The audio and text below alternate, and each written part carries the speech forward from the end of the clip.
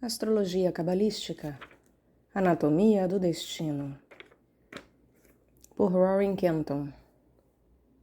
Tradução de Maio Miranda, Editora Pensamento, canal Le Conde. Caros ouvintes, por favor, curtam, compartilhem, comentem, inscrevam-se no canal, caso já não tenham feito. Caso você goste deste livro, adquira-o. E caso você goste do meu trabalho e queira auxiliá-lo, isto é possível via Pix, Apoia-se ou Vaquinha. Centavos serão muito bem-vindos. Também é possível auxiliar este trabalho comprando livros que chegaram até mim pela lista de desejos da Amazon. Os links todos estão no descritivo. Também é possível tornar-se membro aqui do canal. Há diversos valores para a contribuição e também diversos benefícios. Muito obrigada pela presença. Uma boa escuta a todos. 9. ênfase planetária da psique. Assim como o Sol no horóscopo é o contrapino da roda, o local de interconexão entre o espírito e o corpo físico, assim também os planetas que constam no mapa representam os princípios que compõem a psique interposta entre eles. A psique pertence ao mundo sutil de realidade. Isto significa que sua composição é muito mais sujeita a variações do que o nível mais puro do espírito essencial e o conjunto, muito fixo e limitado, de leis físicas que governam o corpo carnal.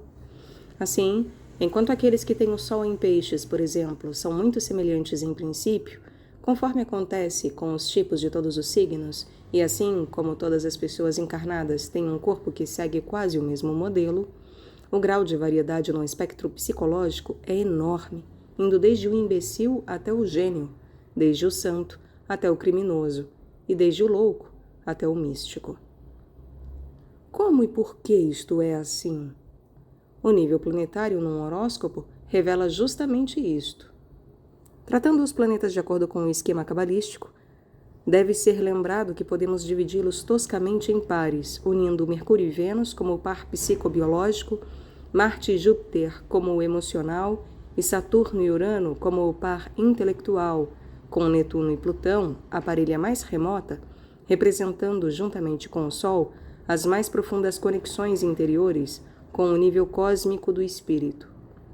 Alguns chamariam estes dois de planetas de transformação, em oposição aos outros planetas de atuação que estão colocados sobre os pilares ativo e passivo da árvore psicológica.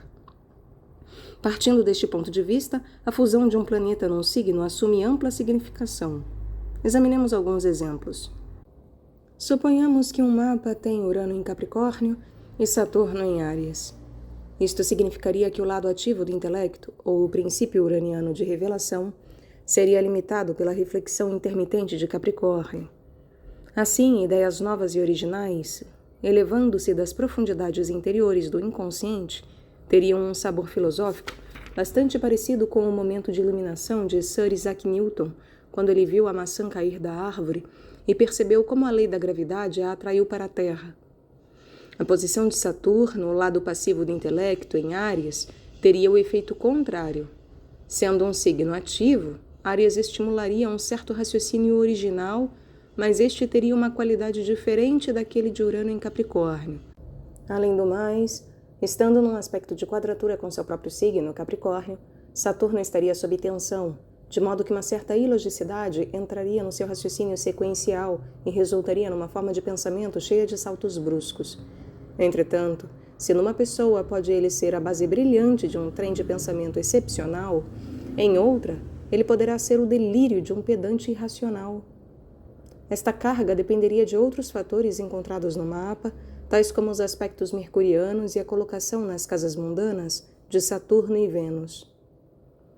As posições dos planetas Marte e Júpiter modificariam igualmente seus efeitos, de modo que, por exemplo, a capacidade emocional da pessoa é dividida se Marte está em Libra. Este problema se inverte se Marte está em Áries, seu próprio signo, quando então ele pode produzir uma reação emocional exagerada, decidida, se recebe maus aspectos. Aqui é preciso repetir que Marte não é o princípio de violência ou paixão, mas principalmente de controle emocional. Os aspectos degenerados ou negativos deste princípio emocional só podem acontecer quando a repressão marcial é confusa, dividida ou exageradamente reativa. Muitos fanáticos religiosos têm um Marte aflito, que é o responsável pela cólera farisaica. De fato, quando colocados sobre os 7 princípios celestes inferiores na árvore, os 7 pecados mortais revelam o lado negativo das suas qualidades. No caso de Marte, é obviamente a cólera injustificada. Com Júpiter, é a inveja. A razão deste último pecado é porque Júpiter normalmente representa o aspecto compassivo e generoso da vida emocional de uma pessoa. Quando colocado em Virgem, por exemplo, este planeta pode tornar a pessoa mesquinha e avarenta. O pecado é ainda mais composto se Júpiter recebe maus aspectos e se o homem prefere deixar esta folha dominar a psique. Aqui entra a questão do livre-arbítrio, que é empregada com particular severidade entre estes 2 planetas emocionais. Pode-se dizer que Marte, Sol e Júpiter formam a tríade da consciência. Na Cabalá, esta tríade, na árvore, é o lugar da alma individual, que não somente é emocional por natureza, mas como o Sol está suspensa entre o macrocosmo espiritual do inconsciente e a consciência egocêntrica do corpo microcósmico do indivíduo. Por motivos astronômicos, Vênus e Mercúrio não podem estar muito afastados do Sol, e às vezes estão tão perto dele que se encontram numa condição em que se diz que estão combustos, ou casime, ou ofuscados por sua proximidade. Isto significa que as faculdades biopsicológicas que representam, às vezes não podem funcionar totalmente, e a pessoa parece estar fora de contato com o mundo comum que a rodeia. Isto porque ambos os planetas são responsáveis pela entrada e saída de informações e pela ação psicológica e física. A posição que ocupam nos signos é decisiva na atuação do indivíduo e na ligação entre seus mundos interior e exterior. Eles são a primeira ponte ou barreira. Desse modo, Vênus em Touro, seu próprio signo, será extremamente sensível e criativa, enquanto que em Áries, o local da sua queda, terá sua atividade sensível transformada em puritanismo autorreprovador ou em indulgência apaixonada e exagerada. O pecado mortal de Vênus é a luxúria. O mesmo se pode dizer de Mercúrio, quando ele está situado no líquido Peixes. Esta posição de queda transforma sua precisão num borrão lamacento, empastando o processo mental constante da pessoa, ao contrário da exagerada obsessão por dados que se verifica quando o planeta é encontrado em Gêmeos. O pecado mortal de Mercúrio é a preguiça. Tudo o que foi dito acima demonstra como há pelo menos 12 possibilidades para cada um dos 6 planetas fundamentais. Estas possibilidades são modificadas mais ainda pela situação dos planetas. Se estão em signos positivos ou negativos, se estão sob uma influência fixa, mutável ou cardial, se estão exaltados, fortes ou em seu detrimento ou exílio, além da delicada harmonia entre eles e o primeiro, segundo e terceiro decanatos do signo. Esta série de superposições dá a cada psique um equilíbrio particular. Desse modo, sem levar em conta os aspectos mútuos, em cada pessoa há uma composição psicológica exclusiva. A influência que Netuno e Plutão exercem sobre a psique é de um tipo completamente diferente. Sendo os planetas mais distantes, mais profundos e mais lentos, sua colocação no zodíaco tem o efeito de uma influência profunda e gradual, que se estende desde o princípio até o fim da vida. Além do mais, como nenhum deles, de acordo com a especulação cabalística, é ativo ou passivo, sua função é passar adiante os influxos cósmicos mais refinados que vêm dos níveis superiores ou ser receptivos para o nível espiritual presente nos mundos inferiores. A posição zodiacal de qualquer um destes 2 planetas poderia ser percebida na tendência espiritual de uma determinada geração. Por exemplo, a maioria dos jovens atualmente interessados nas coisas ocultas, na vida após a morte ou no desconhecido, nasceu depois de 1956, quando Netuno entrou em Escorpião, o signo das coisas ocultas. Entre os milhões nascidos antes desta data, somente algumas pessoas poucas estão interessadas em tais assuntos. Isto geralmente acontece porque esta área está acentuada em seu mapa horoscópico particular. Por muitos anos, se não décadas, os jovens não demonstraram um interesse tão acentuado pela religião inconvencional. Netuno tem um ciclo de 164 anos, o que coloca sua última posição em Escorpião lá pela metade do século XVIII, quando os movimentos do renascimento religioso entre as massas estavam sendo conduzidos, por exemplo, pelos metodistas na Inglaterra e no caso dos cristãos, e pelo movimento popular semelhante, o dos Hassidim, entre os judeus na Europa Oriental. Este é o efeito cósmico do planeta. Plutão tem um efeito similar, mas ainda não foi observado por um tempo longo bastante. Foi descoberto somente em 1930, para permitir que seus efeitos sejam determinados com exatidão. Tudo o que pode ser dito é que, como o mais distante e o mais lento de todos os planetas, a função de Plutão deve ser a de transformar a ampla difusão de influências cósmicas antes que elas penetrem no sistema solar macrocósmico externo e no microcósmico sistema solar interno do nosso mundo encarnado. Os aspectos estabelecidos entre os planetas, de um para outro, criam tanto correntes como reações dentro do equilíbrio da anatomia psicológica. Estes aspectos estão baseados no relacionamento geométrico dos corpos celestes, dentro do contexto do círculo de 360 graus do horóscopo. Eles descrevem a ênfase particular entre este ou aquele princípio psicológico. Em alguns casos, o ângulo produz um efeito forte, em outros um efeito médio, e em outros um efeito fraco. Falando de modo geral, os efeitos dos aspectos se dividem em bons e maus. Isto é enganador. Saturno e Marte, por exemplo, geralmente são considerados maléficos. Eis aqui um erro de compreensão no que se refere à verdadeira natureza do lado positivo e do lado negativo dos princípios cósmicos. Para dar um outro exemplo, tomemos Vênus e Júpiter, os chamados benéficos. Pelo fato de que ambos parecem trazer boa sorte, geralmente são considerados favoráveis. Mas pense num filho exageradamente mimado do homem rico, ou numa mulher com muitos amantes. Geralmente nenhum dos dois é feliz. O primeiro porque nunca está contente e é um fraco, inevitavelmente. E a segunda porque nunca encontra satisfação no amor e por isso vagueia de amante para amante. Sem relacionar-se com nenhum deles, é claro. Em contraste, as severas lições de Saturno e a austeridade de Marte poderiam parecer penosas para quem recebe sua aparente má sorte. Não obstante, as lições, se aprendidas com inteligência, contribuem inevitavelmente para o desenvolvimento do indivíduo e o protegem do choque de acontecimentos que com frequência destroem o frágil bem-estar do filho de Júpiter e o prazer superficial da filha de Vênus. O mesmo acontece com os aspectos. O trígono e o sextil são configurações de abundância fácil, mas quando em excesso podem ser uma fonte de aflições. O grande trígono poderá trazer extraordinária boa sorte, mas gera preguiça e falta de elasticidade. Em contraste, a quadratura e a oposição poderão parecer difíceis, mas encaradas do ponto de vista do desenvolvimento espiritual, eles se tornam benfeitores em seu desafio. A quadratura pode ser transformada numa virtude de duas pontas aguçadas, e a oposição num eixo de imensa força.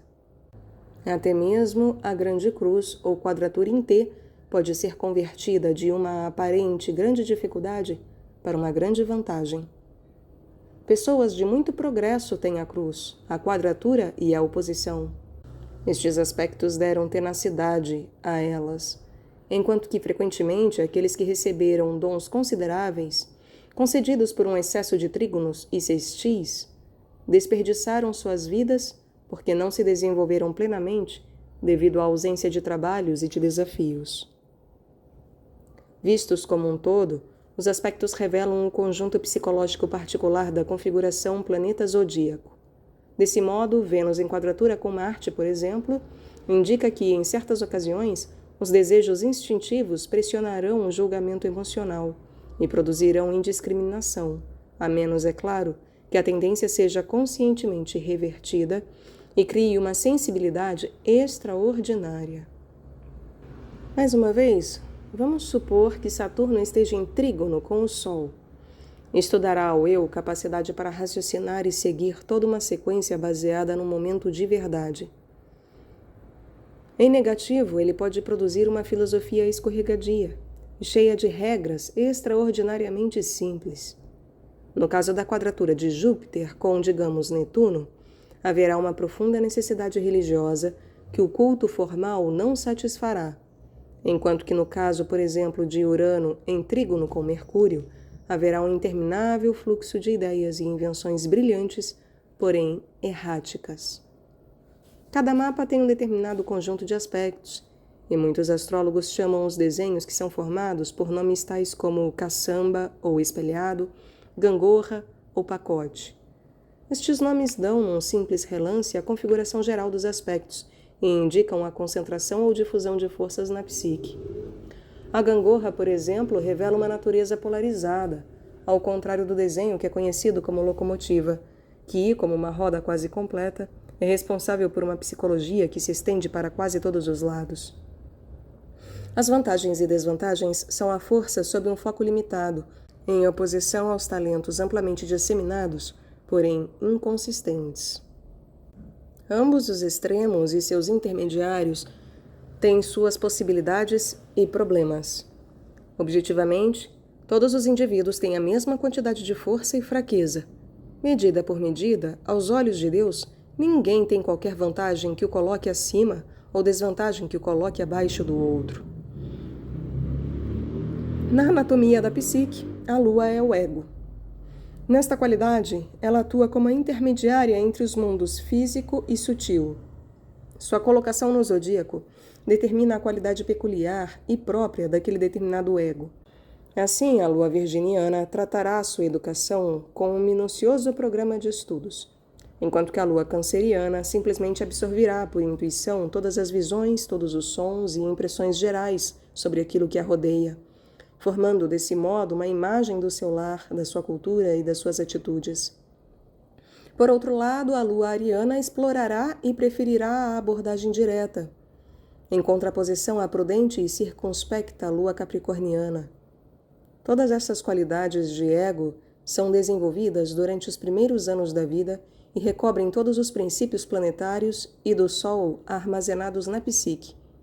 Para aquele que não tem percepção, o resultado é que a Lua parece ser a personalidade psicológica, em oposição ao tipo físico do ascendente. Personalidade vem da raiz persona, que significa máscara. E é isso exatamente que a Lua é, com a diferença que ela é o veículo através do qual negociamos internamente com o nosso próprio subconsciente e externamente com as outras pessoas, no relacionamento social.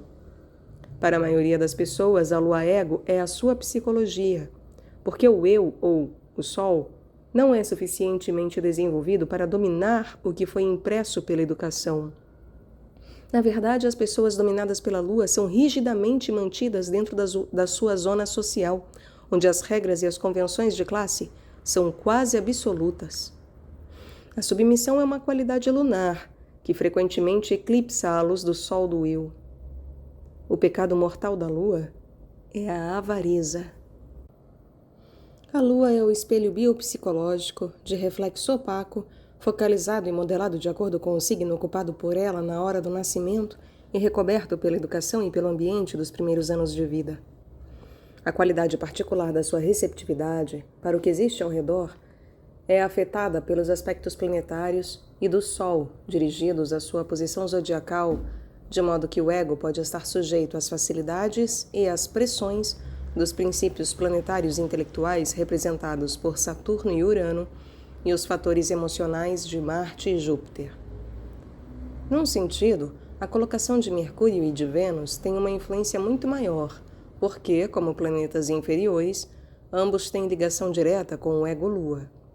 Desse modo, um Mercúrio que aflige fará com que os processos mentais do ego sejam acelerados ou retardados, enquanto que uma Vênus bem colocada dará ao ego um encanto suave e uma graça que não se poderia esperar, digamos, numa Lua capricorniana, geralmente sisuda. A menos que estejam em aspecto forte e bem exato com a Lua, os planetas Plutão e Netuno não serão percebidos de maneira óbvia. Mas se, por exemplo, Plutão estivesse em conjunção com a Lua, haveria a presença de alguma singularidade na personalidade, que perturbaria o possuidor e intrigaria o observador exterior. Na mesma posição exata, o efeito psicológico de Netuno daria ao ego uma capacidade psíquica aumentada e faria a pessoa sentir fascinação pelo que é incomum, embora tudo não passe de uma apreciação supersticiosa, se outros aspectos não viessem fortalecer essa inclinação. Como será entendido, o ego-lua não é um princípio criador. Ele apenas mostra e reflete o que foi absorvido. Todavia, sua força é o aguilhão do hábito, isto porque o princípio lunar está relacionado com a manutenção dos ritmos, das imagens e dos padrões. É por isso que a primeira metade, ou metade lunar, da existência é crítica, porque fixa o modelo de vida da maioria das pessoas, antes que elas entrem na segunda metade da sua existência, que é considerada como o período solar. Vista como um todo, a Lua é o foco inferior ou consciência ego da psique, juntamente com o Sol como o foco elevado e interior, significando para a maioria das pessoas o foco inconsciente da psique. Estes dois luminares são o eixo da vontade para as funções passivas e ativas dos 6 planetas funcionais que são Mercúrio, Vênus, Marte, Júpiter, Saturno e Urano.